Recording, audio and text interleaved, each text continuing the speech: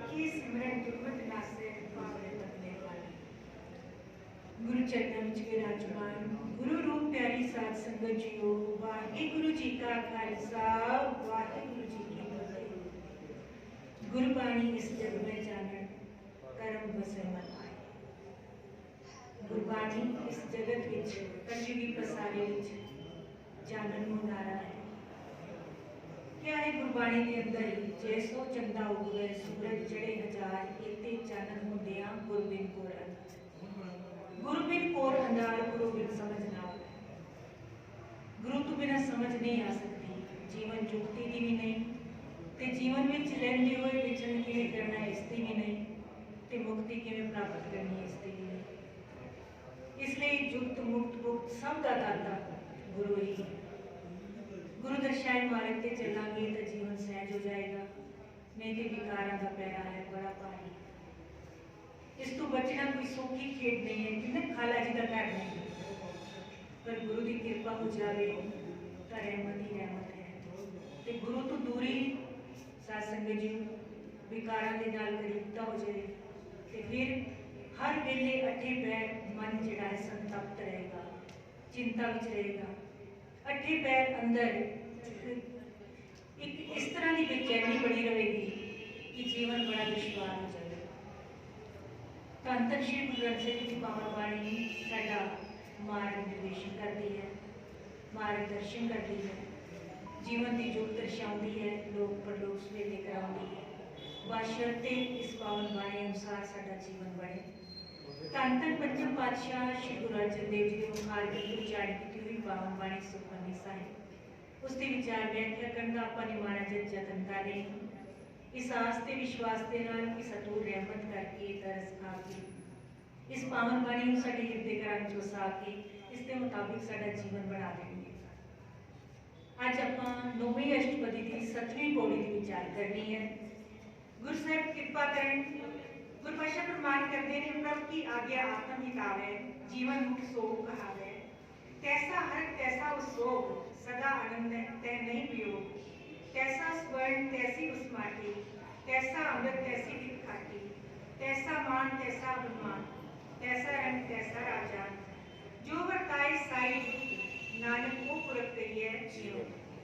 नानक को पुरख कहिए जीवन हो। जीवते जी मुक्त कौन है? जिस विच उत्ते जो गुरु पातशाह ने दसे ने गुण, वो जिसके अंदर ने वो जीवते जी मुक्त अवस्था को प्राप्त कर लेता है। गुरु पातशाह इस पावन पौड़ी के अंदर समझाना करते हैं कि परमात्मा की आज्ञा की खुशी ही जिहड़ी है उसनों तब वाहिगुरु के हुक्म के विच अठे पैर राजी रहना है। जिस ठाकुर से नहीं चारा ताको कीजिए सब नमस्कार। जिसके अगे तेरी कोई पेश ही नहीं चाहती उन्होंने तू बारंबार नमस्कार कर, उसकी रजा में राजी रहना सीख ले, क्योंकि इसको सिवाय कोई चारा नहीं है बंदे को। ते जेकर इसके खिलाफ चलना विपरीत चलना चाहेगा तो मजदार डूब जाएगा। इसलिए साध संगत जीओ गुरु पातशाह उसकी अवस्था जो जिंदे जो मुक्त है उसकी अवस्था बयान करते हुए उन्होंने गुणों धारण करने लिए सेध देते पावन बाणी के अंदर। गुरु पातशाह प्रमाण करते हैं, प्रभु की आज्ञा आत्म हितावे, जीवन मुक्त सोग कहावे। जिहड़े परमात्मा की आज्ञा शिरों धारे कर लेंगे, पर सिर मत्थे कबूल कर लेंगे, खिड़े मत्थे कबूल कर लेंगे। एक तो होता है बद्दा चट्टी करना, भाई करना पै रहा है, एक खुशी खुशी करना। तो जिसमें जुगत समझ आ गई कि करना ही पवेगा, क्योंकि उस मालिक के हुक्म की उसकी रजा की कोई अवहेलना कर नहीं सकता। कोई रो के कबूल करता है, कोई हंस के कर लेता है। जिहड़ा हंस के कर लेता है उसके जीवन में खुशी ते आनंद ते खिड़ा आ जाता है, ते जिहड़ा रो के करता है करना उन्होंने ही पैंदा है, करना उन्होंने ही पैंदा है, हुक्म ते मनना ही पवेगा। ते जिहड़ा उसके विपरीत चलना चाहता है वो अठे पैर दुखी रहता है। गुरु पातशाह कहते हैं उस हितकारी समझ के अपने अंदर उसनों धारण कर लेता है, यानी खिड़े मत्थे प्रवान कर लेता है। जीवन मुक्त सोग कहावे, उसको समझो जीवते जी उसने मुक्ति मुक्त वाली मुक्त अवस्था जी है वो प्राप्त कर ली है। उसके लिए कैसा हर कैसा उसको उसके लिए खुशी ते गम दोनों ही समरूप ने। ना वो खुशियां दे विच आपे तो बाहर हुंदा है, ना गम दे विच दुखी हुंदा है। ਅਸੀਂ ਕੀ ਕਰਦੇ ਹਾਂ, ਕੁਝ ਮਿਲ ਗਿਆ ਤੇ ਆਪਣੇ ਆਪ ਆਪੇ ਤੋਂ ਬਾਹਰ ਹੋ ਜਾਂਦੇ ਹਾਂ, ਤੇ ਜੋ ਕੁਝ ਚਲਾ ਗਿਆ ਫਿਰ ਇਤਨੇ ਦੁਖੀ ਹੋ ਜਾਂਦੇ ਹਾਂ, ਫਿਰ ਰੱਬ ਜੀ ਦੇ ਨਾਲ ਇੰਨਾ ਗਿਲਾ ਕਰਦੇ ਹਾਂ, ਫਿਰ ਇਹ ਵੀ ਇੱਥੋਂ ਤੱਕ ਕਹਿ ਦਿੰਦੇ ਹਾਂ ਕੋਈ ਇੱਕੋ ਚੀਜ਼ ਮੰਗੀ ਸੀ ਉਹ ਨਹੀਂ ਮਿਲੀ, ਤੇ ਮਿਲੀ ਹੈ ਤੇ ਉਹ ਵਾਪਸ ਲੈ ਲਈ, ਪਰ ਦਿੱਤੀ ਕਿਉਂ ਸੀ। ਸਾਡੀ ਸ਼ਿਕਾਇਤਾਂ ਬਹੁਤ ਵੱਡੀ ਗੱਲ ਹੈ, ਤੇ ਸ਼ੁਕਰਾਨਾ ਸਾਡੇ ਕੋਲ ਹੈ ਨਹੀਂ, ਤੇ जिस पर शुकराना नहीं है वो सुखी भी नहीं हो सकता। ये गुरबाणी का फैसला है। गुरबाणी कहते हैं हरख ते सोख दोनों ही सम अवस्था है, यानी वो खुशियां ते गम में इको रूप रहता है, सदा आनंद है नहीं पियो, वो कदे भी उसको भी दुख होता ही नहीं, क्योंकि उसके अंदर करता भाव नहीं है, उसने उस मालक की रजा में राजी रहना सीख लिया गुरु कृपा सदके, क्योंकि उस तो बिना ਉਹਨੂੰ ਸਮਝ ਆ ਗਈ ਹੈ ਕਿ ਮੇਰੀ ਕੋਈ ਪੇਸ਼ ਨਹੀਂ ਜਾਂਦੀ। ਉਸ ਰੱਬ ਜੀ ਦੇ ਬਾਣੇ ਵਿੱਚ ਅੱਠੇ ਪੈਰ ਖੁਸ਼ ਰਹਿੰਦਾ, ਪ੍ਰਸੰਨ ਰਹਿੰਦਾ ਹੈ। ਉਸ ਵਾਹਿਗੁਰੂ ਨੂੰ ਜੋ ਪਾਉਂਦਾ ਹੈ ਉਸ ਨੂੰ ਉਹੀ ਕੁਝ ਪਾਉਂਦਾ ਹੈ। ਇਸ ਲਈ ਕਹਿੰਦੇ ਸਿਆਣੇ ਆਖਦੇ ਨਾ, ਮੇਰੀ ਚਾਹੀ ਮਤ ਕਰੋ ਮੈਂ ਮੂਰਖ ਨਾ ਜਾਣ, ਤੇਰੀ ਚਾਹੀ ਮੈਂ ਪ੍ਰਭੂ ਹੈ ਮੇਰਾ ਕਲਿਆਣ। ਕਹਿੰਦੇ ਜੋ ਰੱਬ ਜੀ ਤੈਨੂੰ ਪਾਉਂਦਾ ਹੈ ਉਸੇ 'ਚ ਮੇਰਾ ਕਲਿਆਣ ਹੈ, ਉਸੇ 'ਚ ਮੇਰੀ ਭਲਾਈ ਹੈ। ਮੇਰੀ ਚਾਹੀ ਮਤ ਕਰੋ मैं मूर्ख न जान, मैं तो मूर्ख हाँ कमला, मैनू की समझ मेरे लिए असल में हितकार की है, भले वाली चीज़ की है, किस विच मैनू असल में लाभ है उसकी मैनू समझ नहीं है। इसलिए ये वाहिगुरू जी जो तुहानू पाउंदा है वो करना। कई बार आप अरदास विच कहने वाहिगुरू जी वो काम कराना जो तुहानू पाउंदे ने, वो काम ना कराना जो तुहानू नहीं पाउंदे, जो तुहानू नहीं चंगे लगदे। तो सत्संग जी इस तरह की मनोवृत्ति बन जाती है, इस तरह की प्यारी जो सोच बन जाती है, फिर जीवन विच खेड़ा ही खेड़ा है, आनंद ही आनंद है। गुरु पातशाह फरमान करते हैं तैसा स्वर्ण तैसी उस माटी, उसलिए सोना ते मिट्टी समरूप ने, सोना ते मिट्टी ਉਹਦੇ ਵਿੱਚ ਉਸ ਵਾਸਤੇ ਇੱਕੋ ਰੂਪ ਨੇ, ਉਹਨੂੰ ਕੋਈ ਫਰਕ ਨਹੀਂ ਪੈਂਦਾ ਹੈ सोना है कि मिट्टी है। एक बार एक दंपति सी ते दोनों बड़े ही जुड़े हुए उस रब जी के नाम में जुड़े हुए, ते फिर भी एक बार जा रहे रस्ते विच ते उन्हां दे अगे कुछ अशरफियां जिहड़ियां नज़र आ गई।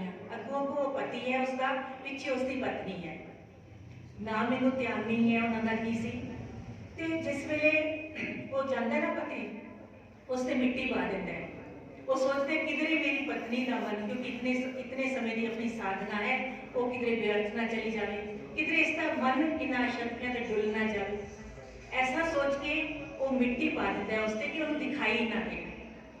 हुण सत्संग जी पिछों पत्नी आ रही है, पत्नी ने पता की आख्या, उसकी अवस्था देखो उस तो भी उच्ची है, कहती साईं जी मिट्टी ते मिट्टी क्यों पा रहे थे, मिट्टी ते मिट्टी पाने की की लोड़ सी, यानी उसने सोना ते मिट्टी बराबर है। इतनी उच्ची आत्मक अवस्था का हो जाना। कहते हैं इहो जे जो राम दे दास ने ना इस तो पहली पौड़ी विच कराया, उन्हां दे लई सोना ते मिट्टी एक रूप है, दुख ते सुख एक रूप है। जो नर दुख में दुख नहीं माने, सुख स्नेह और पैर नहीं जाके कंचन माटी जा माने। गुरबाणी गुरु तेग बहादुर जी मां फरमान भी करते हैं इसी तरह की, इसे भाव में ही इस विच दर्शाया है। गुरु पातशाह फरमान करते हैं तैसा स्वर्ण तैसी उस माटी, तैसा अमृत तैसी भी खाटी, जहर ते अमृत भी समरूप है।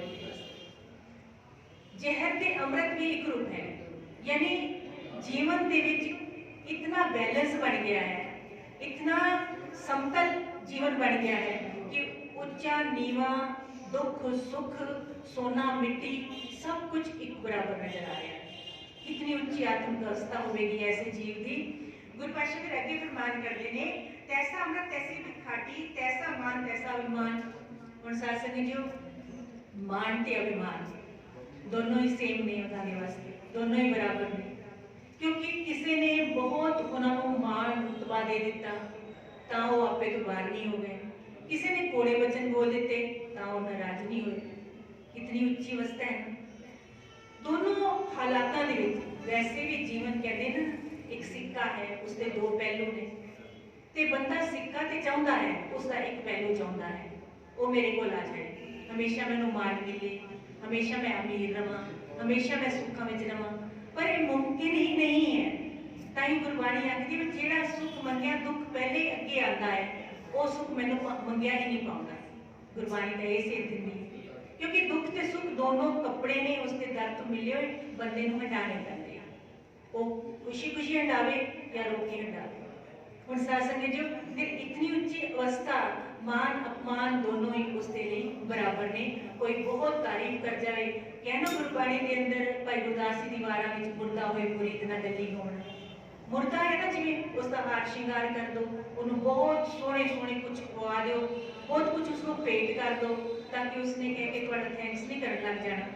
ते ना ही जे उसको कोई ठेडा मार देवे, कोड़े बोल देवे, तो उसने कोई गिला शिकवा नहीं करना उठे, क्योंकि वो मुर्दा है। ते मुरीद यानी शिष्य जिहड़ा है, गुरु का सिख जिहड़ा है, सेवक जिहड़ा है, वो भी इस तरह का होवेगा तद ही गल बननी है। ना गली होना, गल्लां नाल गल नहीं बननी। गुरबख्श समझाते ने, तैसा मान तैसा अभिमान, तैसा रंग तैसा रजान, रंग भिखारी के राजा उसके लिए बराबर नहीं। ये नहीं कि कोई नेता आ गया तो उसकी कुछ शामदी शुरू कर देगा वो, या भिखारी आ गया तो उन्हें दुत्कार देगा ना। उसके दोनों दे विच उस रब की जोत को पहचानते हुए ਉਹਦੇ ਲਈ दोनों ही बराबर ने। ना उसको उसके नाल कोई सरोकार है, ना उसको भिखारी के नाल किसी तरह की ये है कि उसके मन में ऐसी द्वेष भावना आवे जी इसको एक मेरे किधर मत्थे लग गया। मतलब उन्हें दोनों ही अवस्था में समरूप रहना, चाहे वो किसी भी तरह का जीवन के विच किसी तरह का मोड़ आवे, किसी तरह के नाल जो वाह पवे, उन्हें कोई फर्क नहीं पैंदा। जो वरताए साई जुगत, नानक वो पुरख के लिए जीवन वो जेड़ी तरह की जुगती वरताउंदा है, यानी उस मालिक की जेड़ी भी खेड़ है, असी उस दे जीव हरेक जीव उस वाहिगुरु के हथ की कठपुतली है। बाजीगर जिस तरह का नाच नचाउंदा है, जिस तरह का वो कठपुतली नूं नचाउंदा है, क्योंकि डोर उसके हथ में है ते कठपुतलियां उस तरह ही नचदियां ने। हरेक जीव उस मालिक की, उस बाजीगर के हथ की कठपुतली है। ये गल वक्री है, असी वो डोर, असी वो सब कुछ अपना समझा हुआ है, इसलिए आप किसी होर ही दुनिया में रहते हैं, होर ही गुमान में रहते हैं। गुरु पातशाह कहते नानक को पुरख के लिए जीवन मुक्त। गुरु पातशाह कहते इहो जिहा मनुख ਜਿਹੜੇ ਉੱਤੇ ਗੁਣ ਦੱਸੇ ਨੇ, ਜਿਸ ਦੇ ਵਿੱਚ ਇਹ ਗੁਣ ਨੇ ਪਹੁੰਚੀ ਹੁੰਦੇ ਜੀ ਮੁਕਤ ਅਵਸਥਾ ਪ੍ਰਾਪਤ ਕਰਨ ਦਾ ਉਸਦਾ ਅਧਿਕਾਰੀ ਬਣ ਜਾਂਦਾ ਹੈ, ਸਹਿਜ ਸੁਭਾਅ ਬਣ ਜਾਂਦਾ ਹੈ।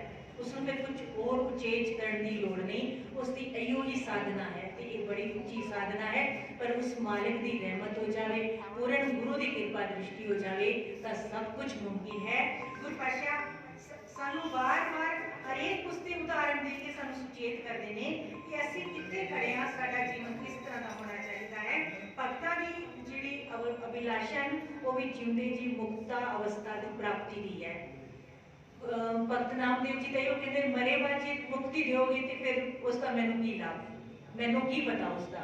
इतने सहज अवस्था के नाल भगतां ने भगवान के अंदर दे विचकार वार्तालाप होंदी है, बातां होंदियां ने, ते इतना निकटता संबंध होता है, कोई पर्दा नहीं, कोई ओदे गुरेज नहीं, कोई परहेज नहीं, रब जी दे नाल इतने इत्मीनान दे नाल। ते जदों भगत करना च कहंदे मैनू ते ये चीज़ां चाहिदियां ही चाहिदियां ने, मैं ते लैणियां ही लैणियां।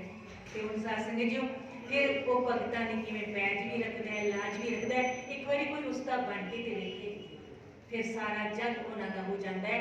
वाहिगुरु सारियां ते रहमतां करे, बख्शिशां करे, कोई कणी प्यार दी हलीमी दी इस पावन बाणी दी सम दृष्टि दी सानू भी नसीब होवे, साड़ियां भी चोरियां च पवे, जिस सदके ये लोग सुखिए पर लोग सुहेले, नानक हर प्रभु आपे मिले दी अवस्था बन सके।